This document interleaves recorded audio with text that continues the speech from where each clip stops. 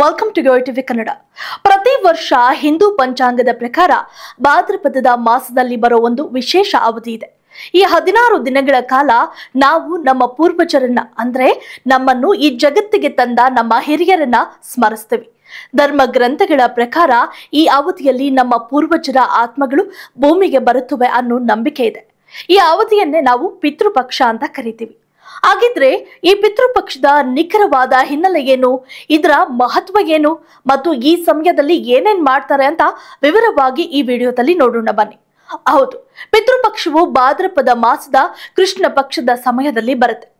ಇದು ಭಾದ್ರಪದ ಮಾಸದ ಪೂರ್ಣಿಮಾ ಅಂದ್ರೆ ಹುಣ್ಣಿಮೆಯ ದಿನದಂದು ಶುರುವಾಗಿ ಅಮಾವಾಸ್ಯೆಯವರೆಗೂ 16 ದಿನಗಳ ಕಾಲ ನಡೆಯುತ್ತೆ. ಈ ಸಮಯದಲ್ಲಿ ಸತ್ತಿರುವ ನಮ್ಮ ಪೂರ್ವಜರ ಆತ್ಮಗಳು ನಮ್ಮನ್ನ ನೋಡಲು ಭೂಮಿಗೆ ಬರುತ್ತವೆ ಅಂತ ನಮ್ಮ ಪುರಾಣಗಳು ಹೇಳ್ತವೆ. ಈ ಸಮಯದಲ್ಲಿ ನಾವು ಮಾಡುವಂತಹ ಎಲ್ಲಾ ಪೂಜೆ ಪುನಸ್ಕಾರಗಳು ಮತ್ತು ದಾನಗಳು ನೇರವಾಗಿ ನಮ್ಮ ಪೂರ್ವಜರಿಗೆ ತಲುಪುತ್ತವೆ. ಇದರಿಂದ ಅವರ ಆತ್ಮಕ್ಕೆ ಶಾಂತಿ ಸಿಗುತ್ತೆ ಅಂತ ಹೇಳಲಾಗುತ್ತೆ. ಈ ಅವಧಿಯಲ್ಲಿ ಮಾಡುವ ಪ್ರಮುಖ ಕಾರ್ಯವೇ ಶ್ರಾದ್ದ ಕಾರ್ಯ. ಶ್ರಾದ್ದ ಅಂದ್ರೆ ಶ್ರದ್ಧೆಯಿಂದ ಮಾಡೋ ಕಾರ್ಯ. ನಮ್ಮ ಪೂರ್ವಜರಿಗೆ ನಾವು ಇಷ್ಟವಾದ ಊಟವನ್ನ ಮಾಡಿ ಅವರಿಗೆ ಅರ್ಪಿಸೋದು ಈ ಪೂಜೆಯ ಮುಖ್ಯ ಭಾಗವಾಗಿದೆ.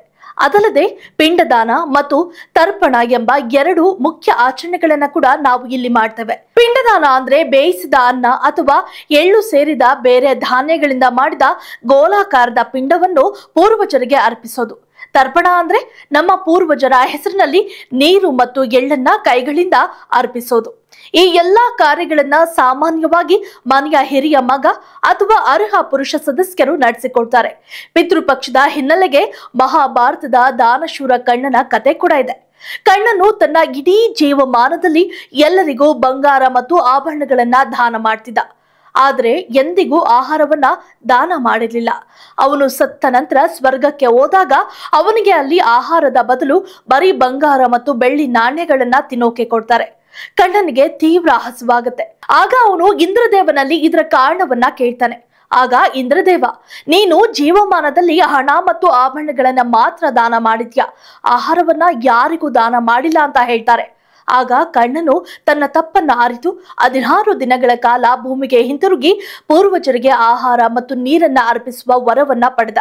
ಆ 16 ದಿನಗಳೇ ಪಿತೃಪಕ್ಷ ಅಂತ ಪುರಾಣಗಳಲ್ಲಿ ಹೇಳಲಾಗಿದೆ.